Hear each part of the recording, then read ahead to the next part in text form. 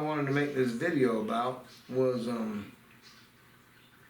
upgrading what you're doing live equipment wise, because I've seen a lot of videos of people talking about, you know, what songs to play and how to dress, and obviously showing up on time and treating it like a real job, you know, and taking appropriate breaks and just obvious general good behavior. But I haven't really heard anybody discuss sound.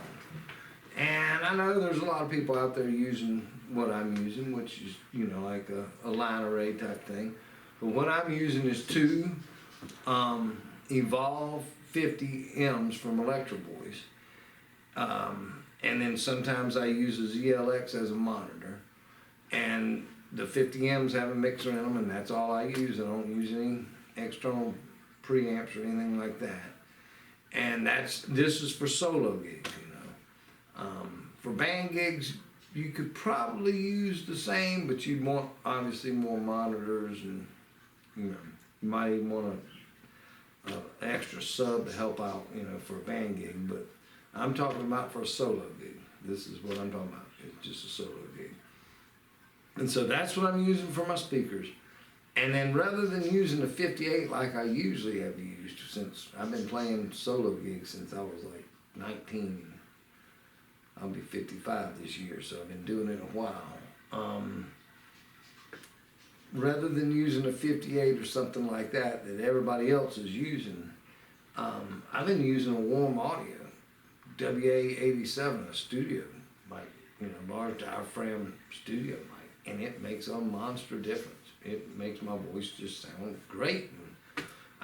Y'all just heard me, I don't have a great voice, so to get compliments on it makes me feel pretty good. And then for my guitar, I've been using a Radial JDI, you know, direct box. And yeah, this thing's a little expensive for a direct box, but there's a reason. It just does great stuff. So trust me, there's a big difference between this and your $20 or $30 direct box. There's a huge difference. So I just think a lot of you solo musicians need to think about that, because I see everybody talking about all these other things, and I haven't really seen anybody discussing sound. And because reality is, a lot of the places you're playing as a solo musician, maybe restaurants, you know, coffee shops, I mean, all kinds of places. You may be outside on a patio that's all stone everywhere, which is awful, you know, for sound, unless it's just perfect.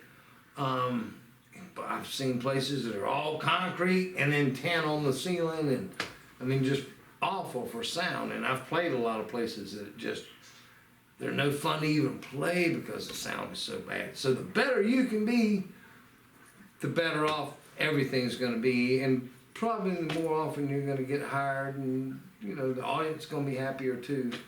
And I found also with the little line arrays, it's not as harsh on the ears. It doesn't have to be as loud to be really heard clear. So anyways, that's my take on it. I hope y'all have a good day. Have a great one now.